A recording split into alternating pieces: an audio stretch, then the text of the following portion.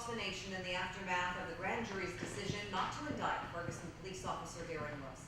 Well, and today we heard Wilson's account in his exclusive interview with ABC News' George Stephanopoulos. My name is Christina Mendonça. I've been at News 10 for going on 18 years. 18 years, going on 19 years, wow. Since 1995, and I am one of the main anchors here at News 10. So my job responsibilities right now are anchoring the 6 and 11 o'clock newscasts in the evening.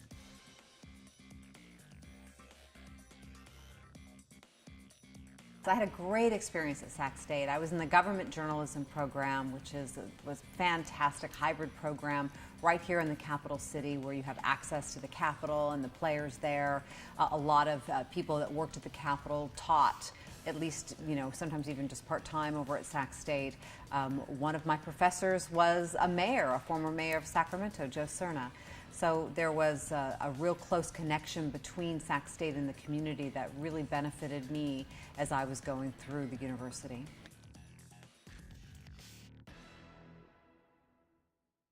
Well, I started in radio right out of high school. I wrote for a newspaper while I was still in high school. I started in radio right as I graduated high school and I was starting college. So my career track and my academic track kind of took, I was heading the same direction. I mean, I started both really at the same time. I was on the 8-year plan, so I went to community college first, several community colleges, because in this business you're usually a vagabond for the first few years, and I was no different. I moved a lot, and so I would register in whatever school in whatever city I was in.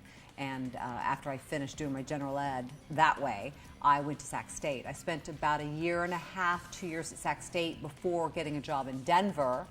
And when I went to Denver, I completed my coursework there.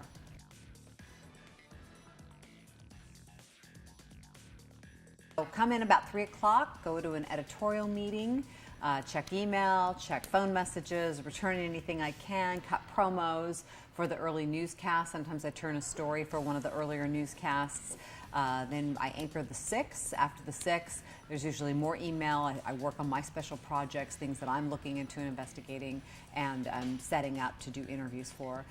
Then I go into another meeting for the 11 o'clock newscast and start copy editing the 11 o'clock newscast. We do the 11 o'clock, and then we do another meeting after that to discuss what happened during the 11 o'clock newscast. So that's the basic day.